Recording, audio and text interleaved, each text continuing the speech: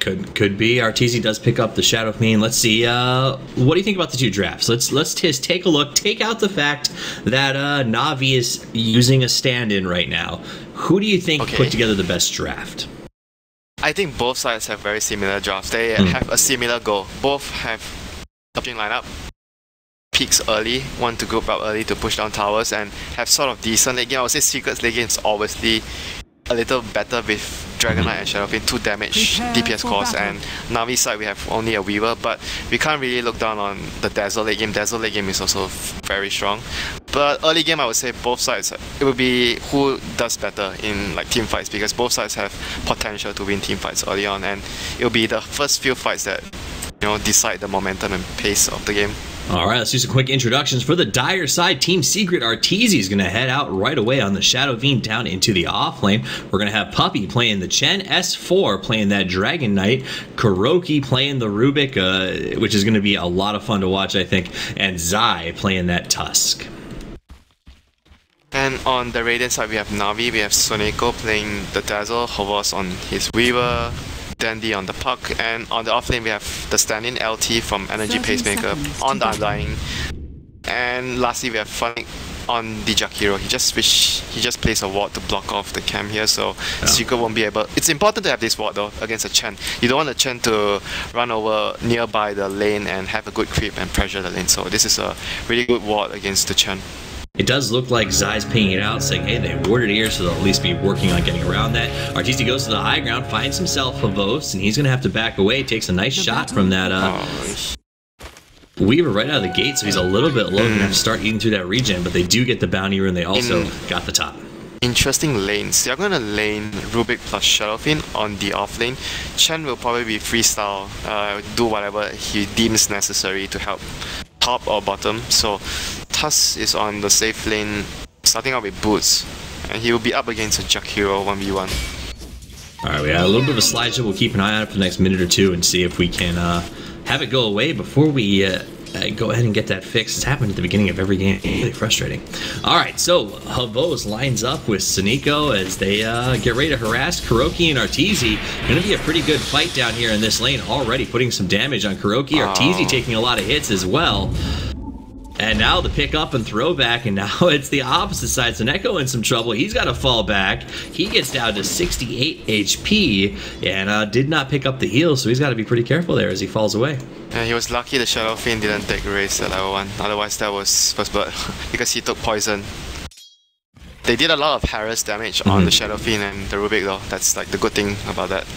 Yeah, it's RTZ's actually already used all 4 tangos, and he's been in lane for about 1 minute. And he's gonna have a really hard time here though. I don't think he'll be able to farm. So yeah, they're gonna move their lanes. I guess they'll rotate the Tusk back towards bottom because they were probably anticipating that NaVi might have done aggro tri-lane with the heroes that had Dazzle, Dirge, and Jakiro. So, RTZ went with the Necro Mastery on the bottom lane, and now he looks like he's rotating out. So where's he headed to at this point? He's going top for sure because there's no way he can farm at bottom. The purpose of the lanes is they wanted the Shadow Fiend to get an easy lane, to dodge the tri-lane. So they tried to lane him bottom, but that was where NaVi's tri-lane was, so he had to waste a lot of time to walk back to his top. Alright, so let's talk about this middle matchup real quick. Denny on the puck versus S4 on the Dragon Knight. Who's got the advantage? Well, actually, pause that for a second as Zai makes a rotation. Denny does see it though and will fall back to safety, but the ice shards come in, just knock him backwards. So who has the advantage in this middle lane? I think last hitting wise is probably almost even, but the difference maker would be when Puck is trying to roam at level 6, because when you get your coil, you're gonna get a TP score, you wanna move around, you wanna smoke and you wanna gang. And Dragon Knight at that point has his dragon form. So what is he waiting for? He's waiting for the puck to move away, try to gank the other lanes, and he's gonna push your tier 1 tower. And hopefully he gets a better trade out of that if the gank of the puck fails, and he's gonna get either a lot of damage to your tier 1 or he takes the tier 1 straight up. Alright, so that Denny and S4 doing a lot of back and forth harassment here in the mid lane, both seeking to get to that 6th position first. It should be fairly, I mean, even, or maybe the puck should be having a little more last hits, I think, than the Dragon Knight at the start, but it wouldn't matter that much, I feel. So, because Dragon Knight is still able to get farm. I don't think he'll lose the CS battle too much. Worth noting that Dire did de-ward the camp block that was put there by the Radiant, but Radiant's been doing a good job of standing in the camp and preventing it from spawning just with body blocks. So they've been on top of that and really trying to box out any functionality by Kuroki down here. But if you look at the lanings right now, NaVi has a significant advantage due to the fact that Secret had to move their lanes because the lanes weren't as planned for them. So if you look at the end result, Jakiro having a lot of farm, he has 15 and 8. Shadowfiend, the suffering hero for that rotation, 7-0 right now. So things are looking good in the laning phase for NaVi.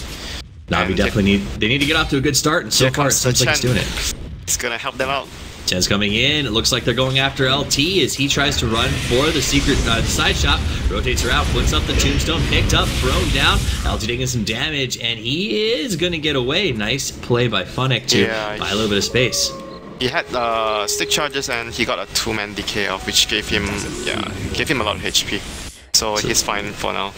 And that means wasted time for the Chen. Didn't get a kill, but at the very least he's helping the Shadowfiend farm. Otherwise the Shadowfiend was under so much pressure from the lane. Alright, meanwhile down the bottom lane where the attack is on, Zai's got to fall back under an onslaught by Havost, and they will chase him all the way back to the tower. He gets very, very low, 90 HP, pops the tango and starts to head right back over to lane. Meanwhile up on top, Arteezy under chase by Funnick, and it'll be more harassed, but now they got to be careful because here comes Puppey again, doing a good job of farming up these creeps and staying in range to really harass LT back every time he tries to get aggressive. They are really forced to have the Chen constantly help this lane because Rubik plus Shadowfiend is having a very tough time against the dragon and the zombie. Alright, so let's take a look at the bottom lane where Zai is 8-0 matched up against Havost, who's having a really great lane at 25-5, sitting at level 5 already. This is a hard lane for the Tusk. Yeah, it's a very hard lane. I mean, at least he's getting level, so he's close to level 5, so top lane. And again, engagement again, throw up the tombstone, catch Funnick in the telekinesis, pick him up, throw him back, couple right clicks to finish the job. Can they do it? Look how low he is, 34 health. Zombies. Turnbacks goes in, zombies on the chase. Now it's Arteezy that could be in some trouble as they want to follow him into the jungle. He goes for the TP, in comes LT, they finish the job. That's the first blood. Arteezy gives it up, and Dazzle is the one who gets it.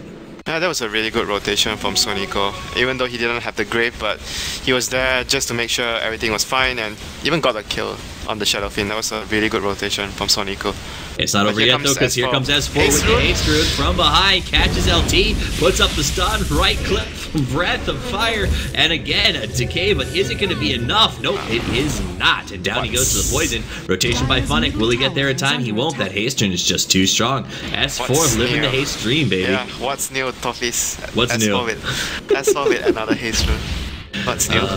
Man. It's one of those things where you wish you could type, you know? Just be like, Haste Rune. Said Dendy taking advantage of the time that S4 is gone, trying to get himself a little bit of farm. Going to head down towards that bottom rune, regen rune for him. So nice little get for him on that 6-minute rune as he heads towards the bottom lane. But thinking about trying to close off Zai. Zai is low. He's probably going to get a kill here. He gets a good orb. That's a good chance he might get a kill here.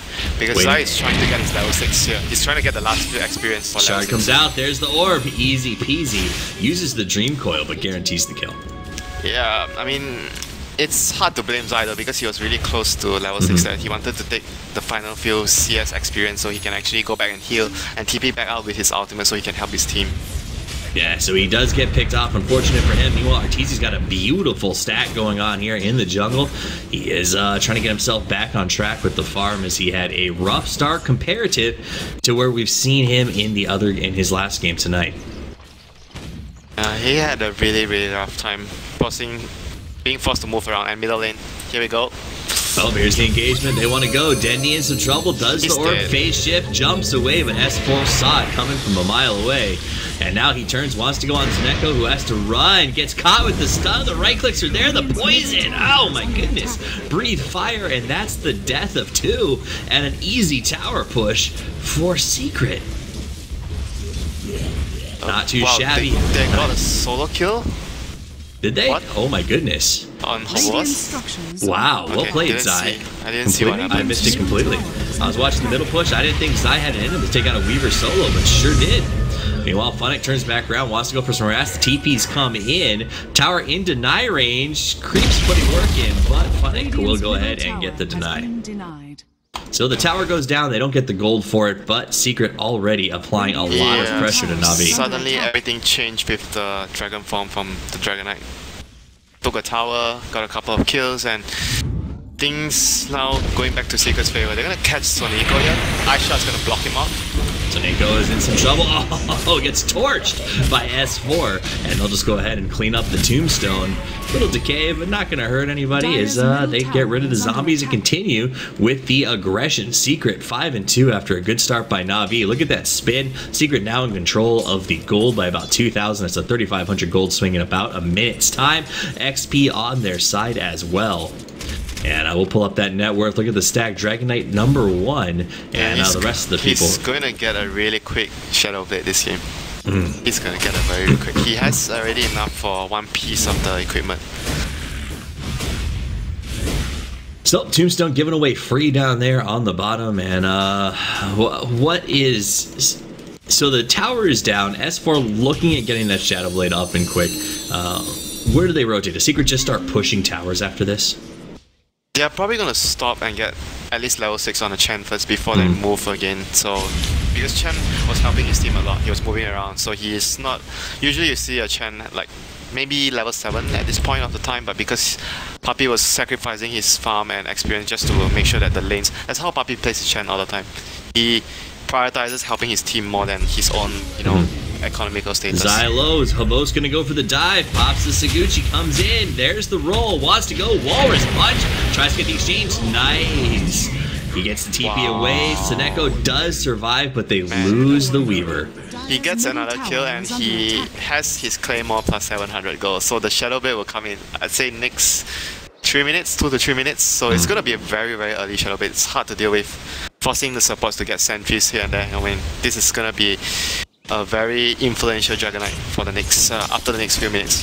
For what it's worth, Soneko did finish off the Tusk with his Poison Touch, but now Denny in some trouble, gets caught by S4, jaunts himself away, and S4 goes ahead and uses the ultimate, but does not come away with the kill. He just managed to barely jaunt away because the stun wasn't enough for the orb to end.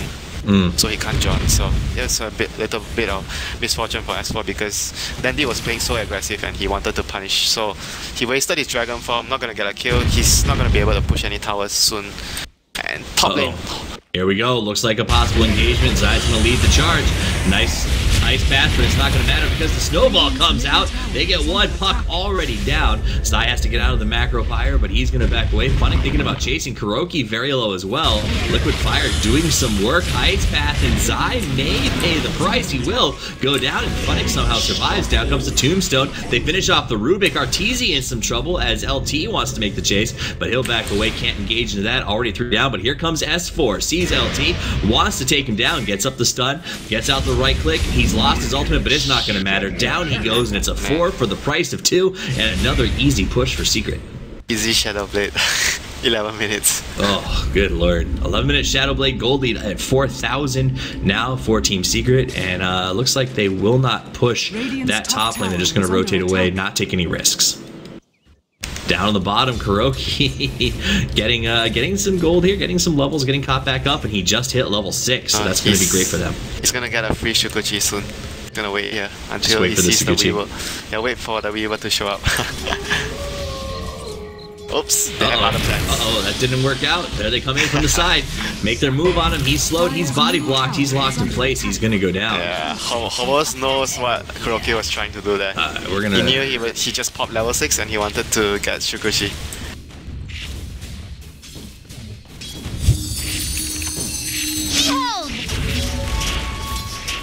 That's all you need to see to know what happened. Monster kill! Yeah, but meanwhile S4 gets his first Shadow Blade gank on the Dazzle in the jungle, so he's on a monster kill streak right now.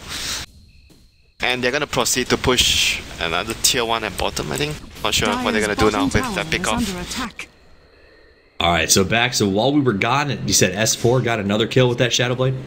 Yeah, he got another kill on a support while moving in the jungle smoke, so that was his Shadow Blade revealed, and things are gonna feel dicey now for the supports. They're gonna be like, oh guys, we need a lot of sentries now. Already at that level 2 ultimate, 11 compared to the rest of his opponents, sitting at 9. So feeling pretty good about the push, but here they come. S4 needs to fall back right now, being attacked by Havos. The rest of the team comes in. Nice Ice Shard to buy some space, and they will retreat. Shadow Blade is popped, and no problem. They put in some damage and then just slowly fade away. Meanwhile, up on top, Arteezy executing the farm and working through the split push. And yeah, a Midas up on him. He has his favorite item. The Midas. Alright, so down the bottom, they are going to continue 4 for Secret. Here we go, dude. Kuroki with Ice Puff. Totally forgot about that. Rubik with Ice Puff. It's something we haven't seen for a very, very long time. I just love watching Kuroki play this hero. Arteezy falls back as Weaver transfers up to the top to stop the push. It's like the dream game, you know, where you pick Rubik and there's so many things to steal. Just tons of fun, and I think that if I'm going to keep track of that, it is this guy. Gold, by the way, almost up to 5,000 XP at 4, and the push will continue. Checking in on before we do it, let's see the possible engagement. Nice Ice Path to Macro Fire just to put some damage out on S4. Tombstone's down, Zai goes in deep, Walrus Punch on LT, he dies to the long range Breathe Fire, and the Shadow Fiend transfer actually got the last hit, and this tower will go down, and they can keep the push going. Bottom tower has fallen. They can even go Rosh because Zai, he has picked up a Medallion. So Medallion plus Shadow Fiend this early with Chen is easy Roshan. And that is also, let's see, the mech on the Chen, you said that, Medallion, Shadow Blade. I mean, this is just starting to feel very lopsided. Easy Roshan if they want to do it. And it does look like I thought they would, but no, they decided not worth it. Yeah, they want to push the lanes first because top and middle were very close to their tier 1s. They didn't want to... I mean, they could have done Roshan, but they want to do Roshan without giving as much away towards NaVi. So they're going to take care of the lanes. They can do it anytime. You can see Puppy, he's just staying like farming the Ancients. He knows what's going to happen. They're going on Arteezy down the bottom. Get up the Dream Coil. Right clicks are there. Arteezy could be in some trouble here. He's going to go down. Nice job picking him out. They're Dagger got some wards up, but I think they topped the heal a little. I didn't see if the heal actually got on him. Like, did the Chen heal actually heal Arteezy before he died? I did not. I don't think that it did. Because he thought Arteezy was gonna be dead for sure, and he didn't want to waste his kind of god. I think that's let's see, it is down now. Let's look at the dire warding right now. They have insane vision on this map. It's really good because they were moving around. They smoked the smoke before when you were disconnected. They got a pick off on the support and they got the ward down as well. Oh, so there's another Shadow Blade S4 comes in on Funnick. Funnick taking some damage. Caught inside the Rubik Ice Path. Out comes Shallow Grave. Will it be enough? Walrus Punch into the air. Force Staff to safety. Not quite. Down goes the Tombstone, but they don't even care. S4 just eats through it like it doesn't exist. Here comes Havos coming in with the Saguchi. Throws out the Swarm, but all it's going to do is be zoned back just a little bit. They get the kill. They're happy with it. And Secret fades away again. Game is getting really hard for NaVi right now. They are not going to be in control of any team fights because they can't really contest Roche after this. Secret can do it whenever they please, and with the Aegis it's going to be difficult and NaVi will be forced to try and maybe speed push a little. It's difficult for them to take fights right now in the position they have, and even with the lineup they have, you are supposed to be able to take a fight against Secret. I will say that right now, Secret at a 7,500 gold advantage, XP of over 4,000, and they're going to go into the Roche pit. It does look like Dragon Knight working on his BKB. Is that what's going to be next? And it's probably going to come pretty quickly. He's already sitting on 2,100 gold plus that Ogre Club. Yeah, it's probably BKB. Some players like to get Silver Edge, but I think BKB is much more valuable this game for the Dragon Knight. Against the Puck and Jump Hero, so much spell damage. Alright, that possible engagement. They're going to back off with the Roche. Here comes the jump in. Arteezy dropping fairly low. Fights in the pit. LT already taking a ton of damage. He's going to go down to S4. Poisoned. Seneko goes down as well. Funnick popped up in the air. He's in trouble. That's the triple. And back into Roche. They just leave Havos there. They leave Havos in the care of Puppy's creeps, and he runs away. They're not even bothered by it as they go in and go for the Roche. Comes back. Havos comes back. The Puppy army takes off after him. Caught in the Ice Path and finish. It's a 5-man wipe. What Secret playing out of their mind. NaVi playing out of position. And Secret goes 18-8. Gold lead's going to jump up to almost 10,000 after this Rosh goes down. And I don't know, what do you do if you're NaVi? I can imagine Kuroki having so much fun this game. It's so fun to be Rubik, and he landed a couple of really good ice paths there as well to secure his team the fight. Wow. It's like one of those moments. You pick Jakiro, but it seems like the opponent has more ice path than your Jakiro. That's the worst. Frustrating. Alright, so now we do see the Invis Tusk Zai's gonna head out in the scouting position.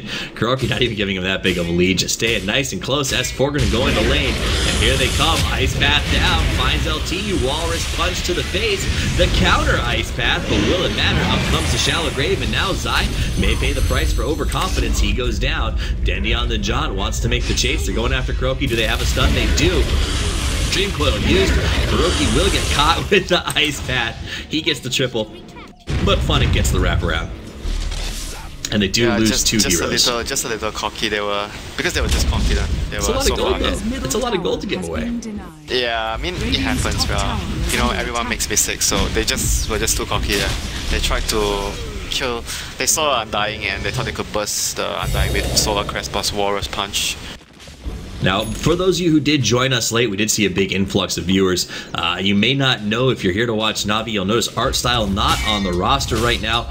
LT is standing in for him. He's support from the Energy Pacemaker crew, and apparently Artstyle is having some visa issues and may not even be able to get here for the tournament, but we'll track that as it goes along. Mars did delay as long as they could, but this is just sort of the roster that NaVi is going to have to play with, and it started okay for them, Winter, and then it just sort of died a horrible fiery death. Speaking of a horrible fiery death, S4 pops a Shadow Blade and comes a-hunting. Just one scary dragon at 20 minutes with his level. It's insane, and he's almost got his third level ulti. Look at that. 1, 2, 3. Down goes Funnick. They're going to throw the snowball after LT, and they don't even bother chasing him. They're just going to take the tower. Daddy throws the orb for harassment purposes, but that's all it really is. S4 goes to the high ground. We see the phase shift, jumps away. S4 now on the tower with a little bit of help from Arteezy. The damage is real. Look at S4 going deep. Look at that. He doesn't even care. He comes in, gets up the stun. Now he backs away, but he's still high. Then he comes in, tries to get the silence out there, does, but then has to jump back to safety as no one can engage into Secret right now. It's like he's walking into some stranger's house and casually saying hi, and they can't do anything about it. They can't do anything. It is brutal. We do see Arteezy TP away because why not go get the farm when you're this far ahead? TPs to the top, pushes back all the towers. One tier 1 down on Secret's side of the map, as NaVi has been unable to really even cross the river in this game. Just the map control though, with the lead Secret have, you snowball, you take the towers, you take the Roshan. It's just very difficult for NaVi. NaVi was supposed to be able, they were supposed to be able to fight, but because things went wrong, they gave away the Dragonite too many pickoffs, and the early Shadow Blade was like the biggest problem they had in the last couple, like the last 10 minutes. They couldn't deal with it, and he got too many pickoffs and resulting in like the snowball effect, all the towers going down and Roshan going to Secret as well. Now we do see a smoke rotation towards the top lane. They're going to look to get a pick off on Zai. There's the blink in.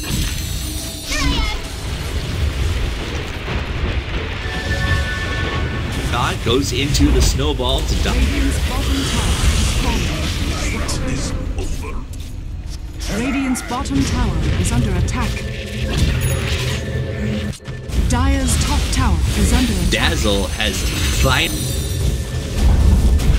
Dire's top tower has fallen.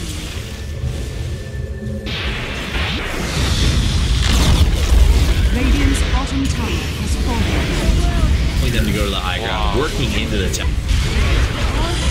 Another million years.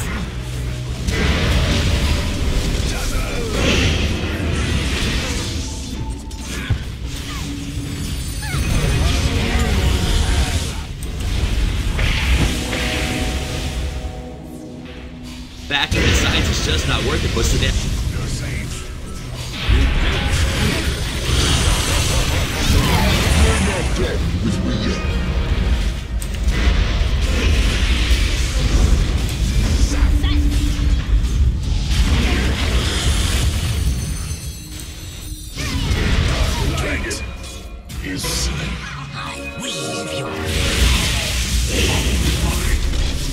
The Aegis Kuroki on the run. Puppey is...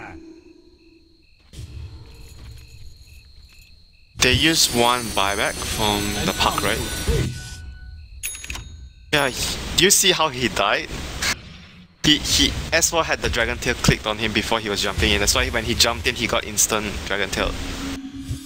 Yeah, that was tough for him. Then he's like, you're so angry. What just happened? Even just with the buyback. But at least they won the fight. Yeah. It was so dangerous as well because Rubik got the Dazzle ultimate, so he had the wave on his own team, the whole team. Eye on the top lane, so they ended up a triple.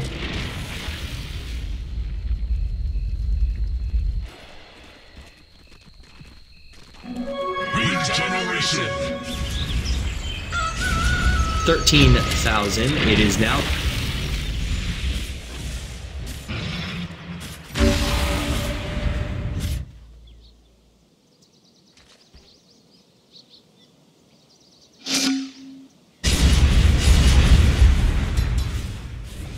Bit ridiculous as Dragon Knight has now picked up.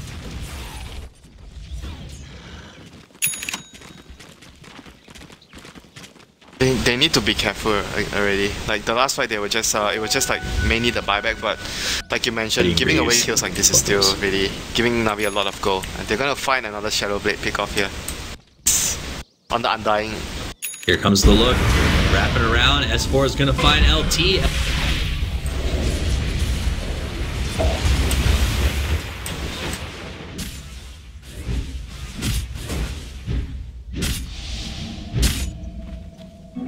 It's the big snowball from hell.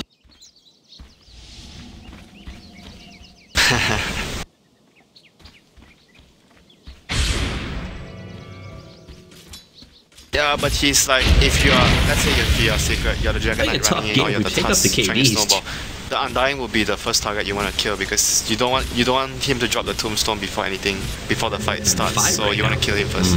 That's why he's being like the main focus. Radiant's top tower is under attack. Was there with the Shadow Blade, makes the high.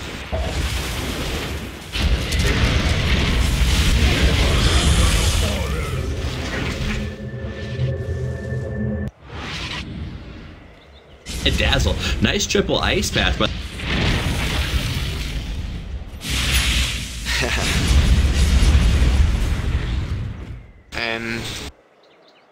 and if you're NaVi, you won't want the Rosh to spawn quickly. Gold is still gonna stand. This is almost maximum timer, right? This is 1 minute and about 30 seconds. Oh yeah, this is the half of the 3 minutes. Yeah, the halfway point of the 3 minutes. So it's 1.5. Yeah, it blinks to 3 until that last possible second, and then it tells us. Why they can't do numbers, I'll never understand. Why not?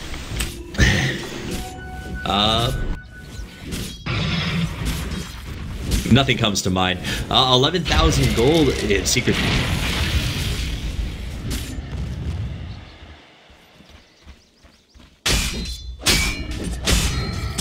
On S4 as he. And he's. Or Staff Seneca is trying to stay relevant. He built into a Chrysalis though. I was actually expecting like AC so they can push easier with the minus armor. And it certainly helps against the minus armor that NaVi has, the Weaver and the Dazzle. Quite surprising though. I didn't expect the Chrysalis. Alright, so Dendi is close to an Egg Scepter. He has got 3 of his 4 pieces, but he is both game for them, and immediately they're going to go ahead and smoke.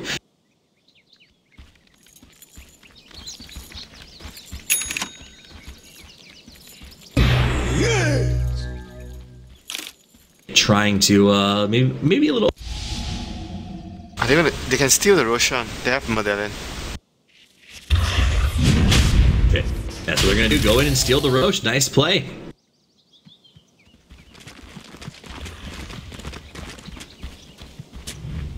Dark light.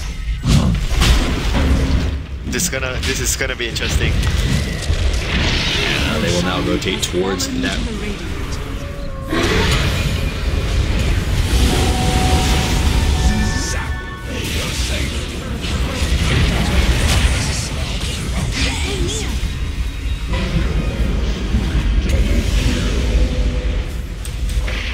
ultimate. LT's gonna be the first one to go down. Nice. Of God. Radiant's top tower is under attack. Behold!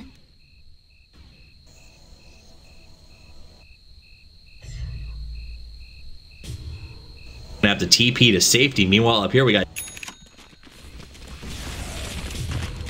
Can't really blame NaVi though, because when you're far behind, you need to do something special to actually come back into the game. And they lost 3 heroes. They lost 2 heroes plus the Aegis, yeah, but it's what they had to do. You know? They can't just give they can't just give the Aegis to Secret. And it's just they have no chance to defend against that. By the way, that because NaVi. I think it doesn't really matter anymore after that, because even if it wasn't because of the DD, they would still lose the fight because they are far behind. They were trying their best to get out after the Roshan, but they couldn't.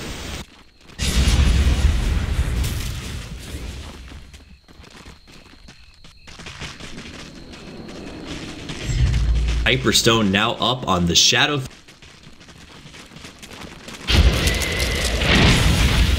And they're leaving the AC towards RTZ. Now He's on building Tusk into the as AC. well. He has the Hyperstone already. Fortified.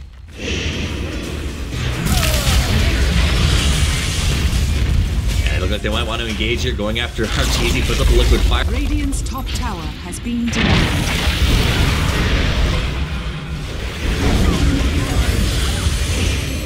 It's caught with the stun. Tombstone's gonna come out. Not gonna.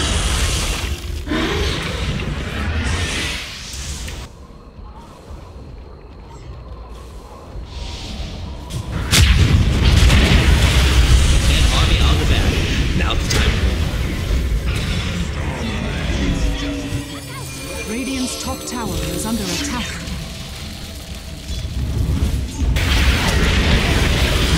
Harass throws up as much.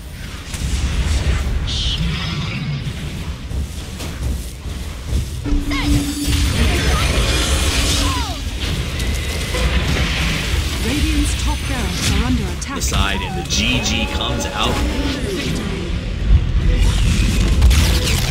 In this game, definitely the Dragon Knight just got off to a too good start, I would say. Like usually you don't see the Dragon Knight being so powerful that early on. It was like what, the 11 minutes Shadow Blade, I think. 11 minutes Shadow Blade plus Power Treads and a bottle.